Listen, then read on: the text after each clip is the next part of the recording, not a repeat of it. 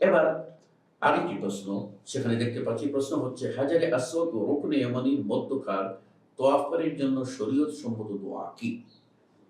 মনে রাখবেন, তওয়াফ যখন শুরু করবেন তখন হাজারে আসওয়াদকে স্পর্শ করে তওয়াফ শুরু করা হলো সুন্নত।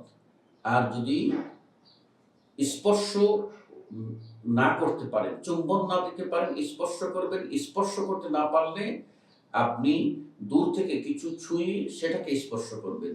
পক্ষান্তরে যদি আপনি ছুঁইতে না পারেন তাহলে শুধুমাত্র হাত দিয়ে ইশারা করবেন, আর ওই ইশারাকৃত হাত চুম্বন দেওয়া যাবে না। কেননা ইশারাকৃত হাত তো হাজারে আসওয়াদকে ছুঁয়ে নেই, স্পর্শ করে নেই। যদি হাজারে আসওয়াদকে ছুঁয়ে থাকে, স্পর্শ করে থাকে, তাহলে সেই ক্ষেত্রে আপনি ওই ছোঁয়া বা স্পর্শকৃত হাতকে চুম্বন করতে পারবেন। পক্ষান্তরে যেহেতু আপনি ছুঁইতে পারেননি, স্পর্শ করতে পারেননি, তখন আপনার ওই ইশারাকৃত হাতকে চুম্বন দেওয়া যাবে না।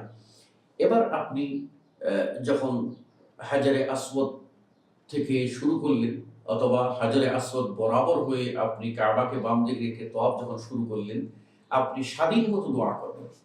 এরপরে যখন রুকনে ইয়ামানিতে আসবেন, এই রুকনে ইয়ামানিতে আসলে এটাকে স্পর্শ করা সুন্নত যদি সম্ভব হয়।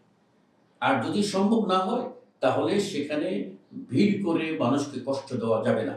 কেননা হলো একটি সুন্নত আদায় করার জন্য মানুষকে কষ্ট দেওয়া যাবে না, এই কারণে যে মানুষকে কষ্ট দেওয়া হলো হারাম। আর একটি সুন্নত আদায় করার জন্য হারাম কাজে জড়িয়ে যাওয়া যাবে না। সম্ভব হলে, ইজি হলে আপনি চুম্বন দেবেন, নতুবা চুম্বন দেবেন। এবার আপনি রুকনে ইয়ামানি থেকে হাজারে আসওয়াদের মাঝখানের যে জায়গাটা, এই জায়গাটায় হাদিস দ্বারা স্পষ্ট একটি দোয়া নির্ধারিত রয়েছে। আর কোথাও কোনো দোয়া তওয়াফের অবস্থায় নির্ধারিত না। সেই দোয়াটা কি? রব্বানা আতিনা ফিদ দুনিয়া হাসানা ওয়া ফিল আখিরাতি হাসানা ওয়া কিনা আযাবান নার।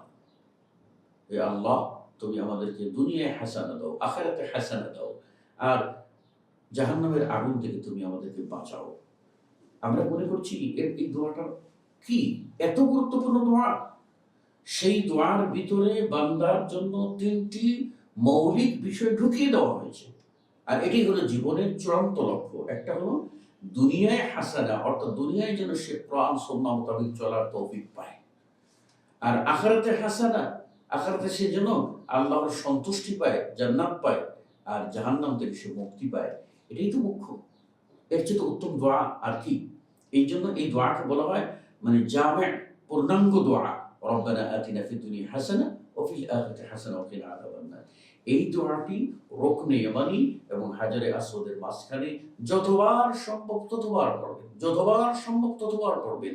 কারণ এটা হলো নির্ধারিত জায়গা এই দোয়ার। আর এই নির্ধারিত জায়গায় এই দোয়াটি আপনি করবেন। এ দোয়ায় আপনার ইহকালীন কল্যাণ এবং পরকালীন মুক্তির স্পষ্ট প্রার্থনা রয়েছে। যদি এই দোয়াই আল্লাহ কবুল করে ফেলেন, তাহলে তো আপনার দুনিয়া ও আখিরাত উভয় জগতে আপনি সফল।